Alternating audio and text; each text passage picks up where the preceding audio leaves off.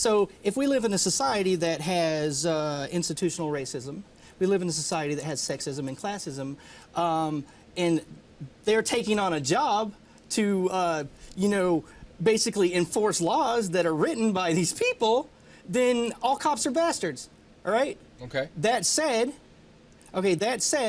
there are quite a few decent human beings that happen to be cops. I know some of them. I mean, if they didn't have uniforms, I could be their friends. Right. You know, what is a cop? I mean, let's really think about it for a second. Okay, a cop, institutionally, is basically a class traitor. And what I mean by this is cops get paid a living wage to make everyone who doesn't get paid a living wage follow the rules. There's an inherent conflict of interest that's built into that job. And subconsciously, everybody that's interacting with a cop in public, they're feeling that.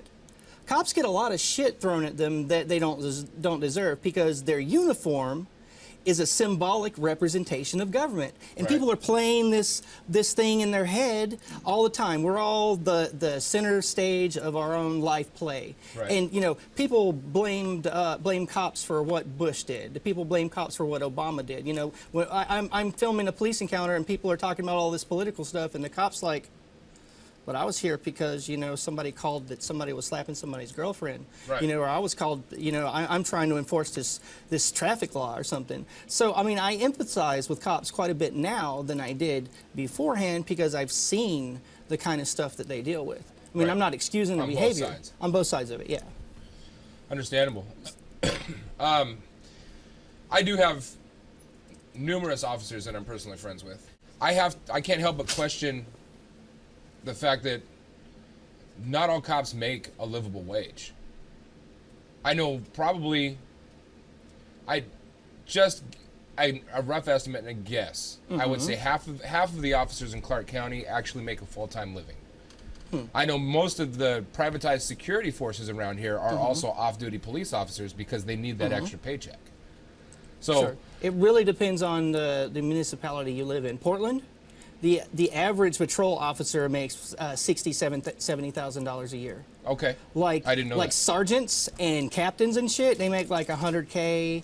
Our public information officer, he's the Pete Simpson, our minister of propaganda. He made in 2011, he made $175,000 that year. Propaganda, what is that? He's the public information officer. When there's a shooting, when there's a public event, it's his job to put on a dress shirt and walk out there so and he's give the police the side spokesperson. of the story. Yeah. So their spokesperson, their guy that basically makes YouTube videos for Portland Police Bureau and their propaganda, okay, tells the police side of the story.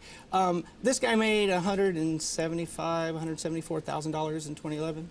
Wow. Portland Police Bureau pay their people that run their Facebook page. You know. So, I mean, it really depends on the city. I mean, yeah, there's a lot of cops in this country and a lot of people that work in law enforcement that get paid crap.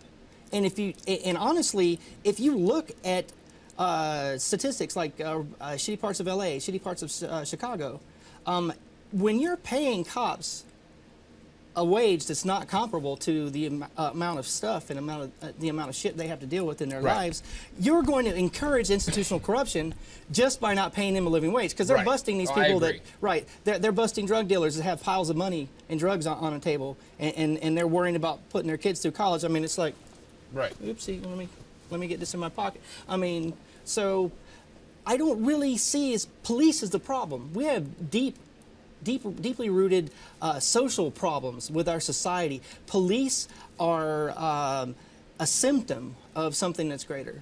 Okay.